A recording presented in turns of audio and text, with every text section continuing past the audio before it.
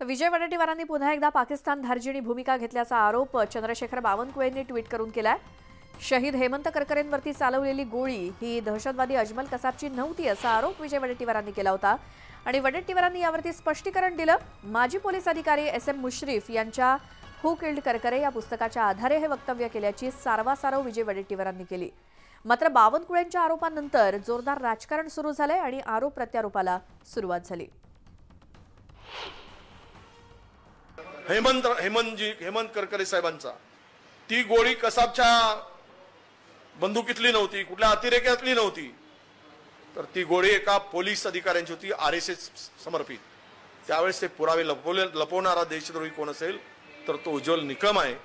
आणि अशा देशद्रोहाला जर तिकीट भारतीय जनता पक्ष देत असेल तर मात्र हे देशद्रोह्यांना पाठीशी घालणारा पक्ष आहे का हा प्रश्न येतो। आज एका इंग्लिश पेपरमध्ये तुमची बातमी आहे की एका संस्थेशी संबंधित अधिकाऱ्याने, पोलीस अधिकाऱ्यानेच हेमंत करकरेंचा बळी घेतला आणि ती वस्तुस्थिती उज्ज्वल निकम जे आज भाजपचे उमेदवार आहेत त्यांनी ती दाबून ठेवली। तर ते सविस्तर सांगा काय विषय?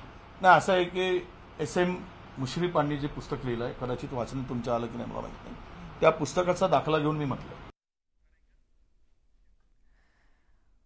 तर चंद्रशेखर बावनकुळे यांनी ट्विट करत वडेट्टीवारांवरती निशाणा पाहूयात बावनकुळे काय म्हणाले त्यांच्या पोस्टमध्ये। विरोधी पक्षनेते विजय वडेट्टीवार यांनी पुन्हा एकदा अकलेचे तारे तोडत पाकिस्तान धार्जिणी भूमिका घेतली। शहीद हेमंत करकरे यांच्यावर चाललेली गोळी पाकिस्तानी दहशतवादी अजमल कसाबची नव्हती असा जावई शोध वडेट्टीवार यांनी लावला। निवडणुकीमध्ये मत मिळवण्यासाठी काँग्रेस किती खालच्या पातळीला जाणार, भाजपला विरोध करण्यासाठी तुम्ही 26/11च्या मुंबई हल्ल्यातील दहशतवादी अजमल कसाबची बाजू घेता, थोडी तरी लाज बाळगा। जेव्हापासून मोदीजी सत्तेत आलेत तेव्हापासून दहशतवाद्यांचं कंबरड मोडलंय, पण आज काँग्रेस दहशतवाद्यांसाठी अश्रू गाळतायत। महाराष्ट्रामध्ये महाविकास आघाडी सत्तेत असताना याकूबच्या कबरीवरती सुशोभीकरण केलं आणि आता कसाबचा पुळका आलाय। काँग्रेस आणि विजय वडेट्टीवार यांच्या पाक धार्जिण्या भूमिकेबद्दल जनता त्यांना धडा शिकवल्याशिवाय राहणार नाही।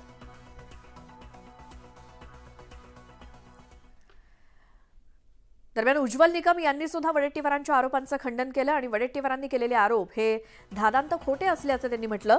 तर वडेट्टीवार हे पाकिस्तानची भाषा बोलत असल्याचा टोला उपमुख्यमंत्री देवेंद्र फडणवीसांनी लगावला। आज पाकिस्तान यांच्या वक्तव्यावर आंतरराष्ट्रीय कम्युनिटीमध्ये सांगणार आहे की बघा तिथली प्रमुख पार्टी काँग्रेस, त्या काँग्रेसचा नेता सांगतोय की कसाबने करकरेंना मारलेलं नाही। म्हणजे एक प्रकारे शहीद करकरेंचा अपमान करायला देखील हे काँग्रेसी मागे पुढे पाहत नाहीये। ही पाकिस्तानची भाषा जर काँग्रेस बोलणार असेल तर त्यांची अवकात काय आहे ही भारताची जनता त्यांना दाखवते। ज्या माजी पोलीस अधिकाऱ्याने बेछूट आरोप केले त्याने या संदर्भात न्यायालयात का पुरावे दिले नाही? पाकिस्तानला मदत करण्याचं हे काँग्रेसचं षडयंत्र आहे आणि म्हणून काँग्रेसचे नेते 30 ते पुन्हा उधळत आहेत। अरे तुमच्यात धम्मक आहे का? तुमच्यात हिंमत? माझी उमेदवारी जाहीर झाल्याबरोबर तुम्हाला काही सापडत नाही म्हणून तुमच्या तंबूमध्ये घबराहट आहे। अरे तुम्ही पाकिस्तानला मदत करताय, जे आमचे शहीद पोलीस अधिकारी झाले त्यांचा तुम्ही अपमान करताय। असे बिनबुडाचे आरोप करणं योग्य नाही। ज्या उज्ज्वल निकम साहेबांनी देशद्रोहाला फाशीवर लटकवलंय, पूर्ण ताकदपणाला लावलेली, त्यांना किती धमक्याचे फोन आले होते हा का महाराष्ट्र जाणतोय। त्यांच्यावर कशा प्रकारचा हल्ला करायचा याचे प्लॅनिंग सुद्धा अनेक वेळेला कट कारस्थान उधळवलेलं आहे। आणि तुम्हाला जर आताच बोलायचं होतं तर तुम्ही 2.5 वर्ष सत्तेत असताना या गोष्टीचा उल्लेख सुद्धा का केला नाही हा माझा प्रश्न आहे।